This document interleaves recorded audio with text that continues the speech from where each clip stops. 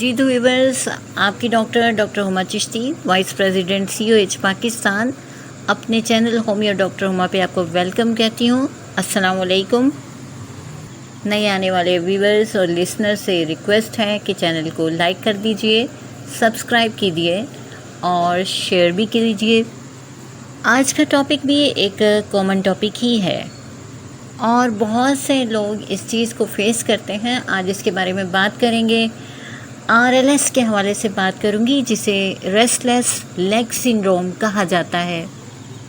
नाम से ही पता चल रहा है कि ये प्रॉब्लम जो है टांगों से रिलेटेड है, लेग से रिलेटेड है। RLS जो रेस्टलेस लेग सिंड्रोम है, अगर इसको हम सिंपल वर्डिंग में बात करें तो ये अनकंफर्टेबल फीलिंग्स इन लेग्स है, यानी टांगों की एक नाखुशगवार सी कैफियत के जिसमें इचिंग भी होती है, पेशेंट को खारिश होती है, प्रिकिंग जैसे सुइयां चुभना, पुलिंग या क्रॉलिंग की सेंसेशन होती है, जैसे कोई इंसेक्ट रेंग रहा हो, कुछ इस तरह की फीलिंग्स होती है, सुनपन सा होता है। ये तमाम चीज़ें जो हैं इसमें होती हैं।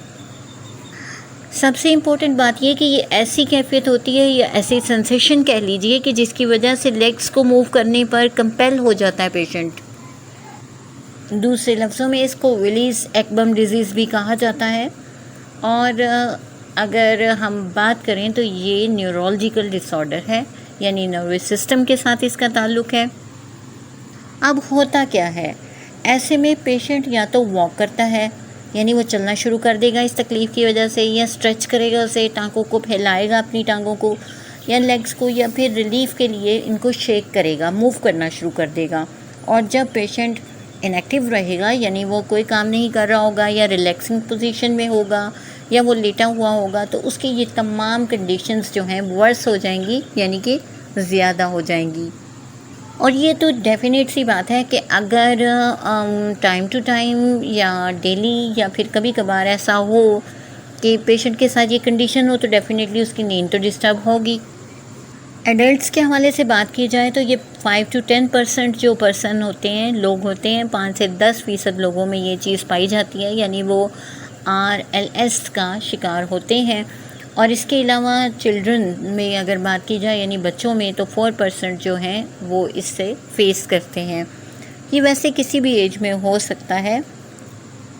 अब हम बात करते हैं इसकी सिम्टम्स के हवाले से। तो ये सिंड्रोम जिसे हम रेस्टलेस लेग सिंड्रोम कहते हैं, यानी टांगों की बेचैनी की हालत की जिसकी वजह से इनको मूव करना पड़े, तो ये इसके साथ कुछ सेंसेशंस हैं जो देखने में आई, ऑब्जर्वेशन में आई कि पेशेंट इस तरह से अपनी तकलीफ़ का इजहार करते हैं। तो उसमें क्या है कि वो बताते हैं कि ट्विचिंग होती है, या वो बताते हैं कि फटीग रहती है, थकावट का शिकार रहते हैं, और रेस्टलेसनेस होती है, यानी कि बेचैनी होती है, अनकम्फर्टेबल फीलिंग्स होती हैं बहुत, यानी कि तकलीफ़ दे महसूस करता है पेशेंट। इसके अलावा डे टाइम स्लीप होती है, यानी कि दिन के टाइम में वो सोता है, बिकॉज रात को प्रॉपरली स्लीप नहीं ले पाता। ना सिर्फ ये कि बल्कि क्या होता है कि पेशेंट को इनवॉलेंट्री जर्किंग होती है, यानी झटके लगते हैं उसकी टांगों में, उसके फुट में, उसके आर्म्स में, यानी पाँव में और बाजुओं में। मूव करना चाहता है लेग्स को, यानी अर्ज टू मूव होती है। और इसके अलावा नीड टू स्ट्रेच, यानी वो चाहता है कि इनको स्ट्रेच करे, फैलाए, इनको अकड़ाए। हमारी बहुत सारी मेडिसिन है जो साथ साथ इंडिकेशंस दे रही हैं इस चीज़ की। इसके अलावा legs wants to move on there on, यानी कि ख़ुद से ही हरकत करना चाहता है, वो अपनी टांगों को हिलाना चाहता है। इस तरह से होता है, हिलाता है बल्कि। देखिए, टांगों की बेचैनी और उसके साथ जो उसको हिलाने का जो है कि वो लेटे हुए में ये चीज़ के उसको फैलाना चाहे, स्ट्रेच करना चाहे, तो ये ख़ास इंडिकेशन है हमारी मेडिसिन रेस्टॉक्स की तरफ। कॉम्प्लिकेशंस हो जाती हैं कुछ अगर हम इसको ट्रीट नहीं करते या इसको बॉदर नहीं किया जाता। तो देखिए कि रेस्टलेस लेग सिंड्रोम जो है उसके साथ इंसोम्निया भी हो जाता है, यानी कि नींद न आने की जो है वो शिकायत रहती है, और लेग्स को मूव करना पड़ता है, क्योंकि अगर ऐसा नहीं करे तो वो सो जाती हैं या सुन हो जाती हैं। तो ये कंडीशन है। फिर साथ ही साथ ये है कि RLS and periodic limbs movement होती है। ये डिसऑर्डर जो है इसे PLMD भी कहा जाता है। इसमें रेपिटेटिव फ्लेक्सिंग होती है, यानी बार बार जो है फ्लेक्स करता है, ट्विचिंग होती है, और ये यानी कि ये तमाम जो प्रोसेस है सोने के दौरान होता है, नींद के दौरान ये कैफियत होती है। अगर इसकी बात की जाए कि what is the cause of RLS, तो it is an idiopathic. Idiopathic means कि इसकी कोई वजह नहीं होती, विदाउट एनी कॉज होता है, अभी तक अननोन है कॉज, पता नहीं चल सका इसका, और कभी कभी ये प्रॉब्लम दूसरे मसाइल के साथ एसोसिएट भी करती है, यानी अंडरलाइन कोई और हेल्थ इशू होता है। जैसे कि लेट स्टेज अगर किडनी की कोई डिज़ीज़ हो तो भी ऐसा होता है, यूरीमिया हो यानी यूरिन में जो है वो ब्लड आना, या फिर आयरन डेफिशिएंसी हो, अनीमिक हो पेशेंट, खून की कमी का शिकार हो, न्यूरोपैथी हो, डायबिटिक पेशेंट हो, मल्टीपल स्क्लेरोसिस अगर है, फाइब्रोमाइल्जिया की कंडीशन है, या फिर डायबिटिक है और पार्किंसंस का प्रॉब्लम है, रोमेटॉइड आर्थराइटिस है। ये तमाम कंडीशंस ऐसी हैं कि जिसके साथ RLS हो सकता है। समटाइम ये प्रॉब्लम टेम्परेरी बेसिस पे भी होता है, जैसा कि प्रेगनेंसी के दौरान, और ये 20% जो फीमेल्स होती हैं उनके साथ ऐसा हो जाता है कि ये इनके 3rd ट्राइमेस्टर में तकरीबन ऐसा होता है कि उनको RLS का प्रॉब्लम होता है, और वो लेग्स की ये कंप्लेंट बहुत ज़्यादा करती हैं। लेकिन अच्छी बात यह है कि ये डिलीवरी के साथ ही क्लियर भी हो जाता है प्रॉब्लम। स्लाइड सी इसकी जेनेटिक जो है वो भी रीज़न होती है, यानी कि जीन्स से भी ताल्लुक़ होता है, हेरिडिटरी भी है। और रिस्क फैक्टर्स के हवाले से अगर बात की जाए तो कौन सी चीज़ें हैं जिसकी वजह से ऐसा हो सकता है? सिटिंग और रेस्टिंग, यानी रेस्ट करने से और बैठे रहने से, लेटे रहने से। इसके अलावा ये है कि लॉन्ग ड्राइव करने से, इस लॉन्ग टाइम आप बैठ के टीवी देख रहे हैं उससे भी ऐसा हो सकता है। ऑफिस वर्क आपका बहुत ज़्यादा है उससे भी ऐसा हो सकता है। इसके अलावा अल्कोहल, कैफ़ीन इंटेक और निकोटीन वगैरह का इस्तेमाल, और कुछ मेडिकेशंस होती है जैसा कि नौज़िया के लिए, नज़ला ज़ुकाम और एलर्जीज़ के लिए इस्तेमाल होने वाली जो मेडिसिन है, या जो मेंटल हेल्थ कंडीशंस में इस्तेमाल होती हैं, उनकी वजह से भी समटाइम ऐसी कंडीशन डेवलप कर जाती है। क्वेश्चन यहाँ पर ये रेज़ होता है कि हाउ इज़ मैनेज्ड, हम इसे मैनेज कैसे करें। इसको अगर हम घर में मैनेज करने की कोशिश करें और कोशिश ये हो कि ये पहले जल्दी घर में ही ठीक हो जाए, तो उसके लिए क्या है, सबसे ज़्यादा इम्पोर्टेंट ये कि अपनी स्लीप हाइजीन को ठीक करें। प्रॉपर सोने का इन्वायरमेंट होना चाहिए, बेडरूम में इन्वायरमेंट दें अपने आप को, और लेट नाइट जो है वो कैफ़ीन की हैबिट को छोड़ दें, कैफ़ीन नहीं लें, चाय का, कॉफ़ी का इंटेक रात में नहीं होना चाहिए। एक्सरसाइज क्योंकि इससे जो है ज़रूरी है बहुत ज़्यादा, बिकॉज इस प्रॉब्लम में 39% बेटरमेंट सिर्फ एक्सरसाइज की वजह से ही आ जाती है। इसके अलावा स्मोकिंग को अवॉइड करें, ये भी जो है वो एक कॉज बन जाती है। इसके लिए हम यूज़ करवाते हैं, एलोपैथिक वे ऑफ ट्रीटमेंट में यूज़ करवाई जाती है न्यूमेटिक प्रेशर थेरेपी।